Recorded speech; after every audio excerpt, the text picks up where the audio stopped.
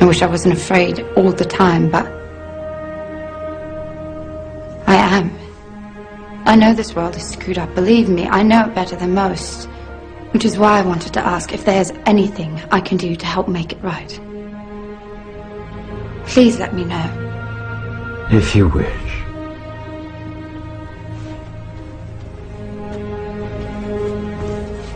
The very anniversum Fifus Fisi. By the power of truth, I, while living, have conquered the universe. Personal motto? From Faust. That's about trying to cheat the devil, isn't it? It is. And speaking of the devil, I was wondering if your offer to help was still standing. Of course. It appears that unforeseen circumstances have accelerated my original plan. As a result, I'm in need of someone with some theatrical skill. I'll do my best. I believe you will. We are consciousness. All that is, has been, and ever will be. There is nothing to fear. Whatever happens, we are always that. Mind fears, because it's programmed to fear. When we're conscious, there's no fear in this. It's a shake of the head. Pathetic. Pathetic. Pathetic. And we need to do this. Compliance. We need to challenge that. Not with violence, not even with aggression. We just need not to fight it. We need to walk away, because without our acquiescence, it cannot survive. You know, when you look at a pyramid, we've been manipulated to believe the power in a pyramid is at the top. It ain't. The top of the pyramid is there because the rest of the pyramid's holding it up. We're holding this whole thing together. There's this story I told many years ago of a British comedian called Larry Grayson, who died. I kind of knew him vaguely, and not closely, but vaguely.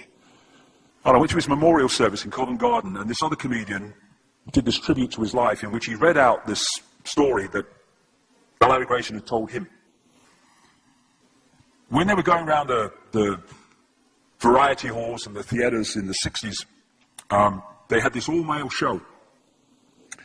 And Larry Grayson was the only woman in it because he was dressed up as a woman. And he said that the end of the show, the last scene, all the sailors, all the men came on dressed as sailors, and they were singing Rule Britannia. You know, Rule Britannia, Britannia rules the waves. Oh, I'm very pleased for you. Okay? And as it built up, Larry Grayson would come on dressed as Britannia with the helmet and the shield, and he would be manhandled up the side of this pyramid to the top for the big finish. And he said one night, he said things seemed to be going rather well. He said, and then I noticed that a sailor in the bottom left-hand corner had got rather a cough. And this cough got worse and worse and worse to the point where the sailor couldn't stay in the pyramid anymore and stepped out of it. Larry Grayson, symbolic of this elite at the peak of the pyramid, ended up in the second row. And the elite, the power center, had done nothing to bring about this. One sailor, the bottom of the pyramid, had got a cough. And the whole thing collapsed. And I listened to that and I thought, my God, yes, that's it. We, the powerless people, are holding the powerful people up there, and they know that. They're terrified of us realizing that. Do you remember that movie, animated movie, A Bug's Life? A Bug's Life with the grasshoppers?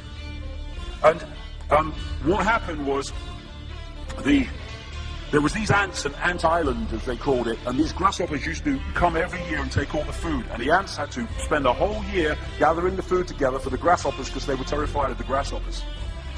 There weren't many of these grasshoppers, and one day they're in their winter quarters in a tree, these grasshoppers, and they've got all the food they need, and someone suggested among the rank and file grasshoppers that they didn't need to go to Ant Island this year because they had all the food they needed. And then out came the leader of the grasshoppers to tell them the facts of life, and the few are going to control the many. It's a wonderful speech. If you ever can see that movie, A Bug's Life, I do recommend it. And he said, basically, They outnumber us 100 to 1. And if ever they figure that out, there goes our way of life. So we have to keep the pressure on, basically. We have to keep them working, so they don't figure out where the real power is. And that's why this network of manipulation works so hard to keep us in these states. Like I said earlier, what are people leaving foreclosed homes for? Foreclosed by banks that have caused the unemployment that lead to them having to leave their homes. Stay there, refuse to leave, make it difficult for them. Expose them for what they are. We make it so easy, the non-compliance.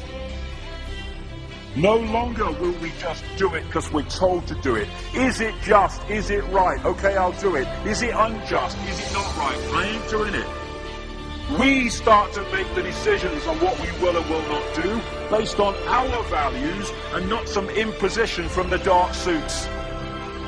These people are gonna give me, grant me, or grant me not my freedom. I'm all that is. You can't grant me freedom. No one can grant me freedom. I am freedom. It's what I am.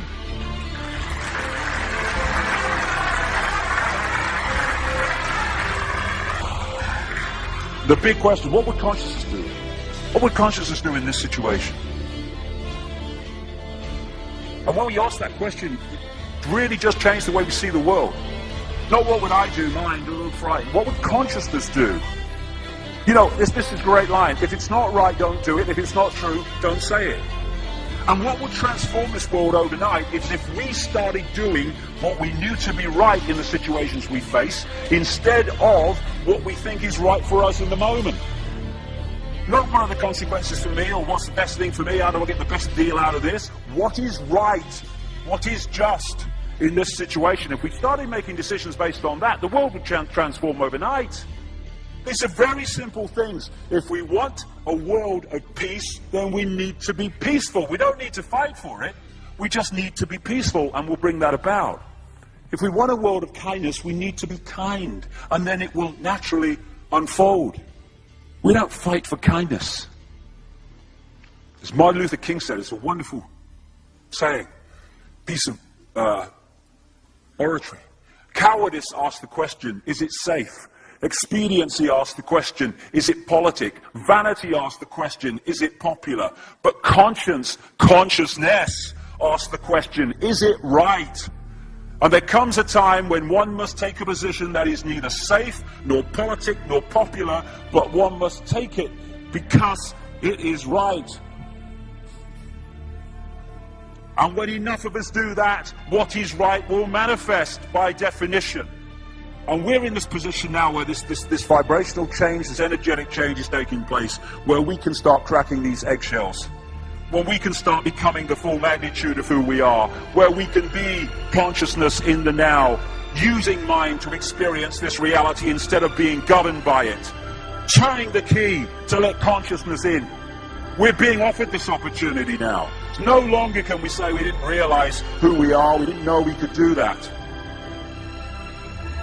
I was kind of waking up one day, and I saw this earth imprisoned, and I saw this big lock and a key going in and being turned. I went on the internet just very shortly afterwards. I was looking for a picture, not this one, and that's what I saw. The picture I'd just seen in my half kind of sleep. And that's what we're being offered the chance to do now, to turn the master key called becoming conscious that will bring an end to this.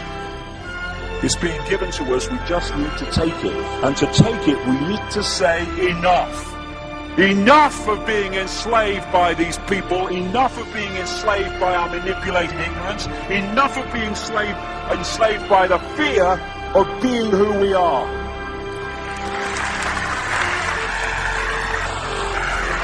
Enough! It is time to fly. It is time to fly. Thank you very much.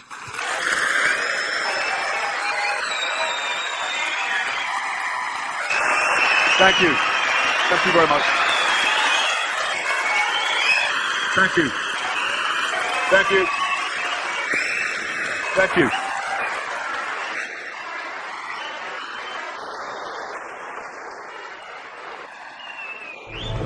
Enemy is approaching fast. Requesting orders. General, what should we do? There's no response from command. Or from party leader Creedy. Stand down! Stand down!